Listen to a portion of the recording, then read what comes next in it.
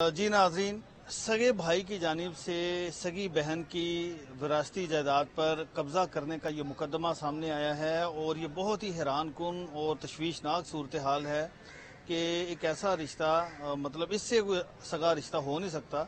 लेकिन इससे भी बढ़कर जो जुल्म हुआ है, जो मेरे साथ खतून खड़ी हैं दरख्वास्त गुजार, मिस कंवल इनका नाम है। 15 साल से ये अपना हक लेने के लिए सिविल अदालतों के चक्कर लगाती रही हैं, तारीख पर तारीख इनको मिलती रही है।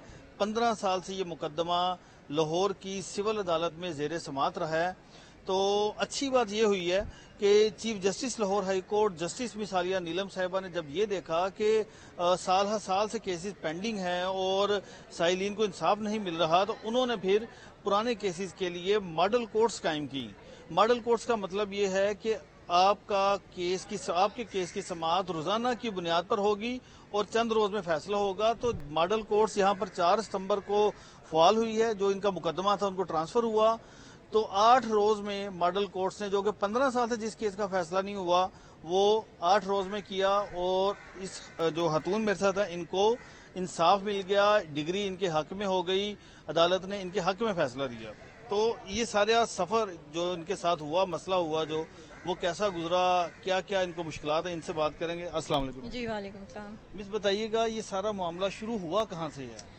जी ये मामला मैं पहले अपना थोड़ा सा इंट्रोडक्शन करवा दूं कि मैं एक एक्स बैंकर हूं और मेरे ये वालिद की प्रॉपर्टी थी जिसमें मैं, मेरा भाई और मेरी अम्मी जो थे वो लीगल हेयर्स थे। और मैंने अपनी अम्मी का और अपने भाई का शेयर जो है वो खरीद लिया था, क्योंकि उस टाइम पे मैं बैंक में काम करती थी, तो मैंने हाउस लोन जो है वो ले लिया था। तो अब अपने भाई को जो है ना शेयर बाकायदा तौर पे जो है पेमेंट की थी और उसके बाद रजिस्ट्री जो थी उसकी घर की मेरे हक में हो गई। मसला वहां से खड़ा हुआ जी जब मेरी 2009 में मेरी अम्मी की डेथ हो गई और मैं कुछ अरसे के लिए अपने मामू के पास चली गई, तो मेरा भाई पीछे से बेईमान हो गया और कुछ लोगों ने उसके साथ मिलके उसे जो है मॉडल टाउन कचहरी के कुछ वकील थे उनसे के साथ इंट्रोड्यूस करवाया और इस तरह से उसने कब्जे के पैसे लिए, जो मुझे जहां तक मेरी मालूमात का ताल्लुक है कि ये डील सिर्फ 20-22 लाख की हुई थी।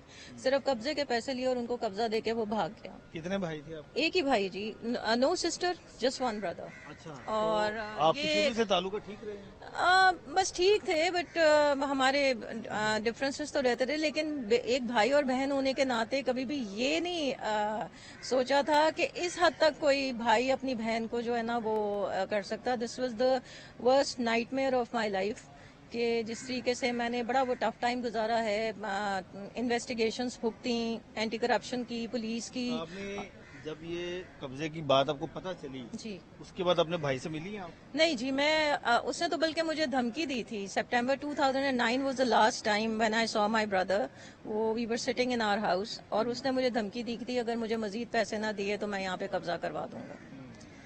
तो दैट वाज कहानी कि मैं मैंने नहीं, वो अब जब उसको इस बात का लिहाज नहीं था तो मैं क्या करती, हालांकि रजिस्ट्री भी मेरे नाम पे होती। उसने जिस तरीके से कहा से जो है उसको जो है ना पेमेंट भी कर दी उसने, वो जो अपने शेयर से बहुत ज्यादा जो है ना वो ले गया। लेकिन एनीवे मुझे उसका कोई रिग्रेट नहीं है, लेकिन बात ये है कि जो जिस तरीके से उसने अपनी सगी रिश्तों का कोई लिहाज नहीं किया और उसने वाकई वो कर दिखाया जो वो कहता था, तो वो मेरे लिए बड़ा जो है ना मुझे बहुत बड़ा सेटबैक उससे जो है वो लगा कि एक सगा भाई अपनी सगी बहन को, इकलौती बहन को इस तरीके से दरबदर कर दे। तो ये मेरा 15 साल का स्ट्रगल है, इसमें बहुत से अप्स एंड डाउन्स आए हैं, बड़े सेटबैक्स आए हैं। और 15 साल जब आप सिविल अदालत आई तो फिर उसके बाद क्या किन चीजों की मुश्किलात का सामना करना पड़ा? सबसे पहले तो ये कि जी सिविल कोर्ट्स को ये कहा जाता था, जो भी सिविल जजेस थे हर जगह जब मैं पेश होती थी तो ये सबसे पहले यही आके कहते थे कि जी ये वकीलों का जाती मसला है, ये पेश होने को तैयार और ये लोगों को हरास करते थे। और स्पेशली क्रिमिनल प्रोसीडिंग्स जब इनके खिलाफ हुई थी तो बाकायदा तौर पे इन्होंने हरासमेंट जो है वो की थी मेरे वकीलों को, कि किसी वकील को ये पेश नहीं होने देते थे। फिर केस जब चला तो फिर और जब केस चला तो एक तरफ सिविल चला और एक तरफ जो है वो क्रिमिनल चला। क्रिमिनल इस वक्त एंटी करप्शन में उसका ट्रायल पेंडिंग है और अभी तक एंटी करप्शन कोर्ट ने आफ्टर स्पैन ऑफ 15 ईयर्स उन्होंने पूरा कंप्लीट चालान जो है वो अभी तक کروایا. لیکن جو انہوں نے بیلز ہیں، بیل کے مقدمے مجھے خود ہی لڑنے پڑے بیکاز وہ وہاں پر خود نہیں آنا چاہتے تھے. آئی تھنک آفٹر آسما جائیں گی probably I am the second one جس نے اپنا بیل میٹر جو ہے ادھر خود لڑا ہے سپریم کورٹ میں. 3 ججز کا پینل تھا اور وہاں پر فائنلی جو ہے ایک دوسری طرف یہ سول کیس جو ہے وہ چل رہا تھا. اس میں بھی بڑے اپس اینڈ ڈاؤنز آئے ہیں، بڑے ڈیلیئنگ ٹیکٹکس جس طرح سے بھی یہ لوگ چاہ سکتے تھے ہر طرح کے.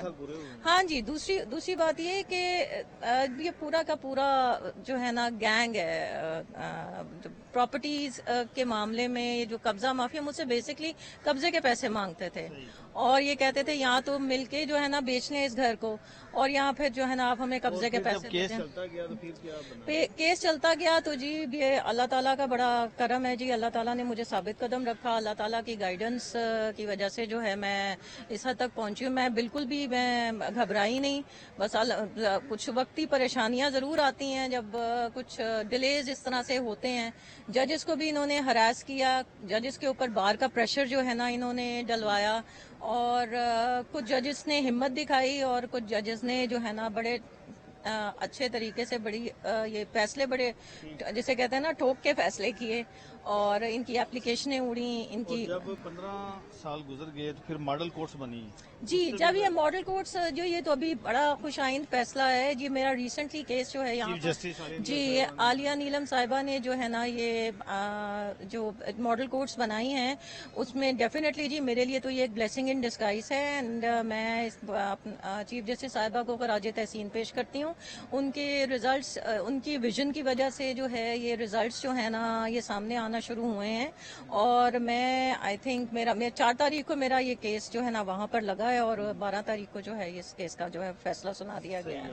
تو ابھی ایک فیز مکمل ہوا ہے آپ کے اس فیصلے؟ جی ہاں، ابھی فیصلہ اور ڈگری ہوئے ابھی کیونکہ ایگزیکیوشن جو ہے وہ 30 ڈیز کا اپیل کا ٹائم ہے. ڈیفینیٹلی یہ اپیل تو فائل کریں گے.